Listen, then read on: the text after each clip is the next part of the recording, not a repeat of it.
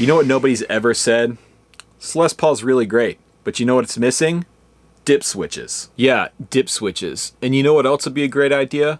4 push-pull pots on the top of the guitar. Because what I really want is my $3,400 Les Paul Standard to sound like a Strat, a Tele, a Jazzmaster, an HSS Strat, a Nashville Tele, you know, the one with the single coil in the middle so you can kind of get the Strat tone. So if you haven't seen, earlier this week, Gibson announced their 2019 lineup of guitars, and the flagship at the front and center of it all is the new 2019 Les Paul Standard. Gibson, what are you doing? What happened to the real Les Paul Standard? I'm talking about 2 PAFs, the 3-position toggle switch, no push-pull pots, no chambering, no goofy colors that... You offer 2 colors in the Les Paul Standard for 2019 and one of them is Blueberry Burst? Who asked for that? Now look, Gibson, here's the thing. I love you. I really, really do. I'm a huge Gibson fan. Look, I even have... right here, an ES335. It's a 2010. I bought it brand new from Guitar Center. I love this guitar. This guitar is my baby. I've played hundreds of gigs on it. It's been all over the world with me.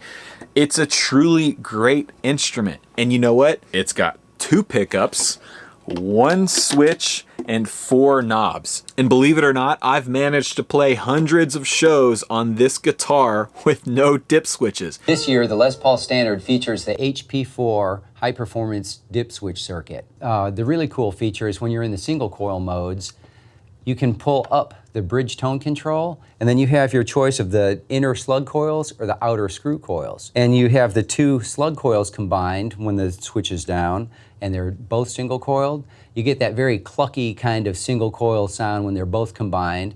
And when you... Strat sound. You want to say Strat sound. He's trying to say Strat, but he can't because of copyrights and legal reasons.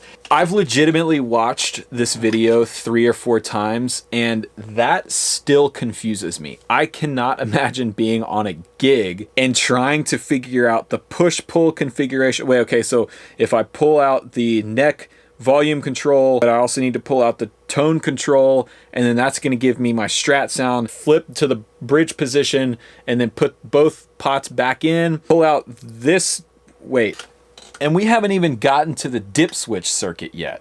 Possible combinations, it's over 500 different... Okay, look at that. Do you see that control cavity? Do you see the printed circuit boards? What about all the players out there, myself included, that like to switch pickups or like to try different capacitors or different pots in their guitar? What am I supposed to do with that? Now, I know what you're going to say. You're going to say, Rhett, they offer the Les Paul you're asking for. It's the Les Paul traditional. And, you know, you're right. They do offer and sell that Les Paul. But here's the thing. I was really optimistic when Gibson filed Chapter 11 bankruptcy. I thought this is a really good thing for them. This is going to be what shows them they need to get back to building real guitars that real players want at a price that real players can afford. But the fact that they've chosen to make this guitar the Les Paul Standard, the flagship Les Paul, tells me that they've learned nothing. They aren't listening to their consumer base. They aren't listening to players. What I'm talking about here is bigger than just the guitar. The fact that they made this the Les Paul Standard signifies something.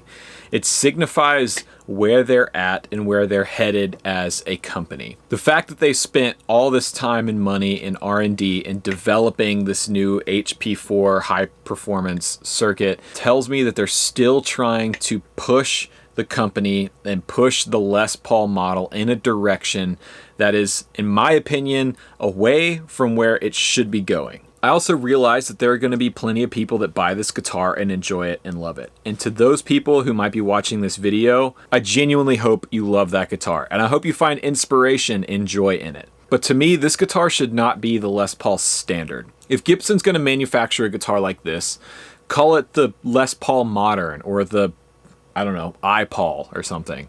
But let the Les Paul Standard name stand for something. Let it be what it traditionally has been in the past. A symbol of quality and of heritage. It's almost as if they are ashamed of the Les Paul in a way. It's like they're trying to push the Les Paul into some kind of ultra modern form that they're going to try and improve on it somehow. And for a company like Gibson, that just doesn't work. You know, even Gibson's other brands are all about heritage. They're all about doing things the way they've always been done since the 40s, 50s, and 60s. You look at the Gibson Custom Shop with their 59 Les Paul bursts, and you look at Gibson Memphis with the ES335s and all of the hollow bodies.